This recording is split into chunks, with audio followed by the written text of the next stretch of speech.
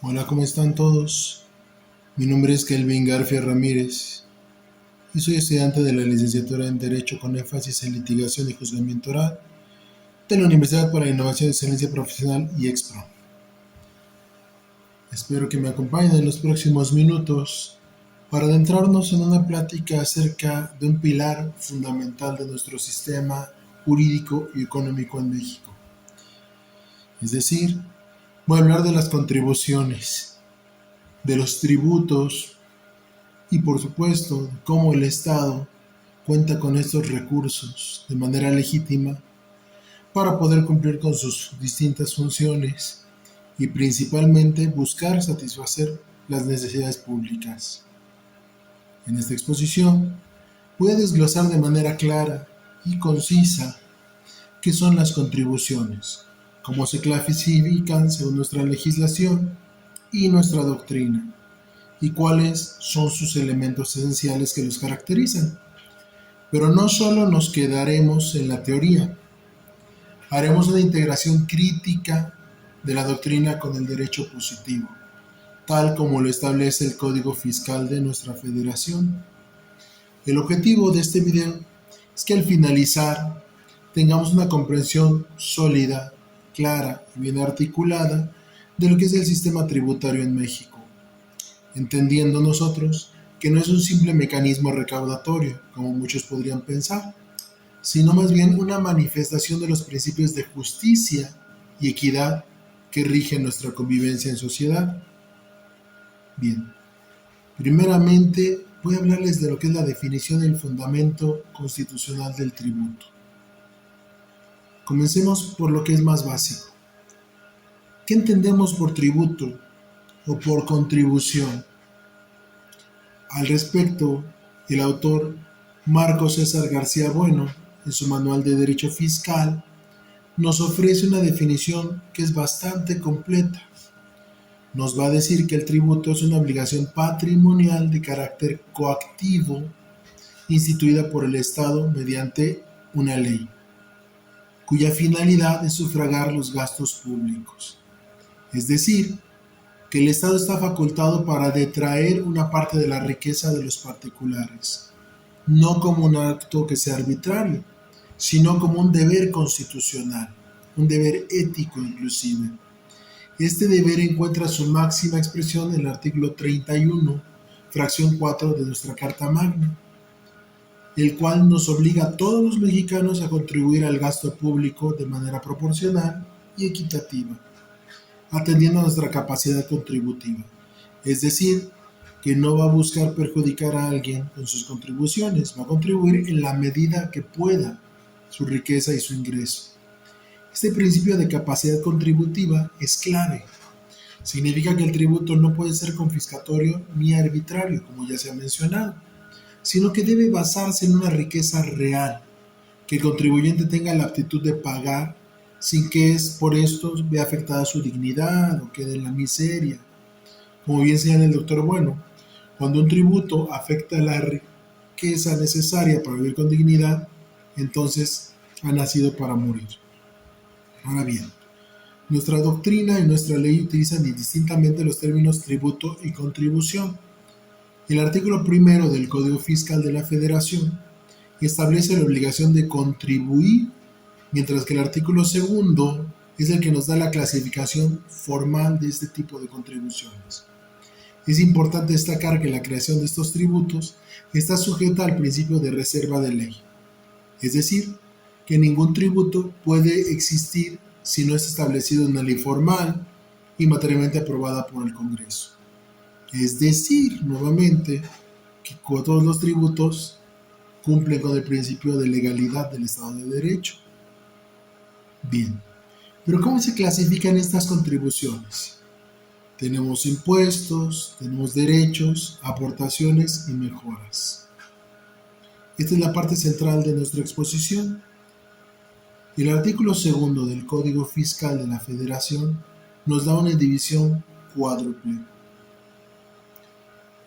Nos divide estas contribuciones en impuestos, aportaciones a la seguridad social, contribuciones de mejora y derechos. Vamos a analizar cada una de estas, integrando la visión doctrinal con el texto legal. Primeramente vamos a hablar qué es un impuesto. El artículo segundo, en su fracción 1, nos dice que los impuestos son contribuciones establecidas en la ley que deben pagar las personas que se encuentran en la situación jurídica o de hecho prevista por la misma. La doctrina nos va a ayudar a entender aquí esta definición, que el propio autor califica como un tanto incompleta. El impuesto es la manifestación más clara del deber que tenemos de contribuir las personas. Su hecho generador no implica una contraprestación directa del Estado.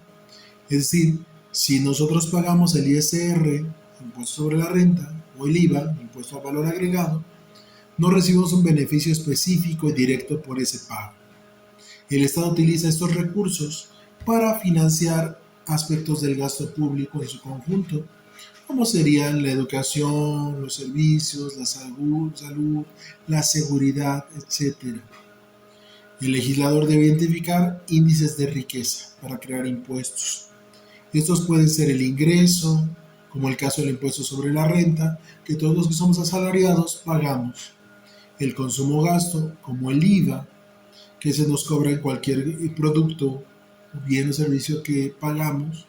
O el patrimonio, como si yo tengo una casa, un terreno, entonces voy a pagar un impuesto predial. O bien, si yo adquiero una casa, voy a pagar un impuesto a la adquisición de inmuebles. Además, en la doctrina se distingue entre impuestos fiscales, cuyo fin principal es la recaudación, e impuestos extrafiscales, estos que buscan incentivar o desincentivar ciertas conductas, como los impuestos ambientales. La clave de su constitucionalidad, como hemos visto, es que respeten el principio de capacidad contributiva. Nuevamente, no se le debe de cobrar a la persona más de lo que puede generar y pagar.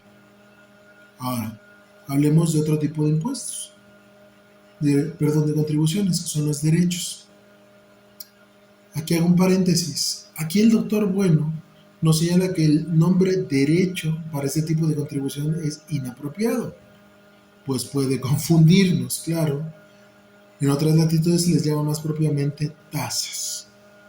Aquí la fracción 4 del artículo 2 del Código Fiscal Federal los va a definir como las contribuciones por el uso o aprovechamiento de bienes de dominio público de la nación, o bien por recibir servicios que preste el Estado en sus funciones de derecho público. ¿Cuál es su característica esencial? Bueno, aquí, a diferencia de los impuestos anteriores, aquí sí hay una contraprestación. El Estado nos otorga un beneficio concreto y medible, y nosotros pagamos por ese beneficio. Claro, son la expedición de un pasaporte, por ejemplo, que va a permitir viajar por el mundo, una licencia de conducir que me está acreditando como apto para manejar, una concesión, usar una playa o los servicios del registro público. Aquí viene un punto clave de análisis. Mientras que en el impuesto el tributo se ajusta a la capacidad contributiva del sujeto, en los derechos la cuantía se determina principalmente por el costo del servicio o del bien público que se está utilizando. Por lo tanto, su ajuste al principio de capacidad contributiva es mucho más laxo.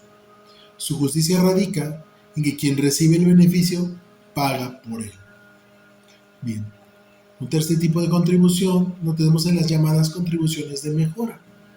La fracción 3 del artículo 2 define las contribuciones de mejora como aquellas que están establecidas a cargo de las personas físicas y morales que se benefician de manera directa por las obras públicas. Imaginemos que el gobierno construye una carretera, una nueva avenida o instala un sistema de drenaje en una colonia. Esto aumenta el valor de los terrenos en esa zona, la llamada plusvalía. Bien, la contribución de mejora del mecanismo para que los propietarios beneficiarios directamente por la obra contribuyan a su financiamiento. El hecho generador es la obtención de un beneficio directo que se traduce en un incremento del valor de su patrimonio. Y no solo esto, una mayor calidad de vida. Bien, finalmente hablemos de algo muy importante que tiene que ver con la seguridad social, que son las aportaciones que hacemos a esta seguridad social. Aquí la fracción 2 del artículo 2 las va a definir como las contribuciones establecidas en la ley a cargo de personas que son sustituidas por el Estado en el cumplimiento de obligaciones en materia de seguridad social. Es decir, que aquí estamos hablando de las cuotas que los patrones o empleadores y en parte algunos trabajadores pagan al IMSS, al ISSSTE o al Infonavit. ¿Ya vieron para dónde vamos? La Constitución obliga entonces a los patrones a proporcionar seguridad social a sus trabajadores. Pero el Estado, para poderlo hacer de manera efectiva, se subroga en esa obligación. Crea estos organismos y para financiarlos entonces establece las contribuciones parafiscales, que son descuentos que nos van a estar haciendo entre los recibos de nómina, semanal, quincenal, mensualmente, para cómo nos paguen, para ser destinados a este tipo de contribuciones. No se destinan al gasto público en general, sino a un fin en específico, es decir, a nuestra seguridad social cuando somos trabajadores. Bien, ¿cuáles son los elementos cualitativos y cuantitativos de estas contribuciones? Ya conocemos la clasificación, ahora es crucial entender cómo se estructura un tributo. Para ello la doctrina distingue entre elementos cualitativos y elementos cuantitativos. Primeramente, los elementos cualitativos nos definen la naturaleza del tributo, es decir, quién es el que paga y por qué paga. El principal es el hecho imponible o presupuesto de hecho. Es la situación de la realidad que, al ser descrita por la ley, da origen a una obligación tributaria. Aquí nuevamente el doctor Bueno nos va a decir que es una manifestación de riqueza que se considera gravable. Este hecho imponible tiene dos elementos. El elemento objetivo, que es la riqueza en sí misma, un ingreso, un gasto, un patrimonio, y un elemento subjetivo, es el sujeto pasivo, es decir, el contribuyente, que es quien realiza el hecho imponible y por tanto es el quien está obligado a pagar. En relación jurídico-tributaria, también tenemos al sujeto activo, que es el acreedor del tributo, el Estado a través de sus autoridades fiscales. Aquí los elementos cuantitativos, por otro lado, son los que nos permiten calcular cuánto es lo que se debe de pagar. Se materializan en la deuda tributaria y sus componentes principales son la base gravable, que es la magnitud sobre la cual se va a aplicar el tributo, por ejemplo, el monto total de nuestros ingresos. Eso va a ser el valor de la operación. El tipo de gravamen o tasa es la alícuota o porcentaje que se aplica sobre la base para obtener la cuota a pagar. Puede ser fija, proporcional, como por el 16% del IVA o progresiva como el ISR, donde el porcentaje aumenta conforme aumenta nuestro ingreso. Es decir, entre más ganamos, pues más pagamos, ¿verdad? Las tasas progresivas buscan ser más justas, ajustándose mejor a la capacidad contributiva real de la persona. Es la correcta combinación de la base y la tasa lo que nos da la cuota a pagar, materializando así la deuda tributaria.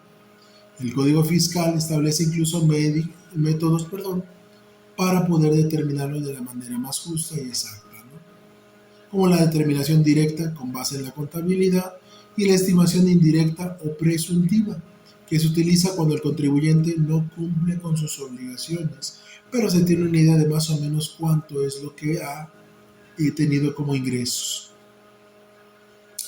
Para concluir, bien, hemos visto que el sistema de contribuciones en México es un entramado que es bastante complejo, pero tiene lógica en su funcionamiento, pues busca equilibrar la necesidad que tiene el Estado de obtener, de hacerse de recursos para velar y cumplir con la protección de los derechos de los contribuyentes.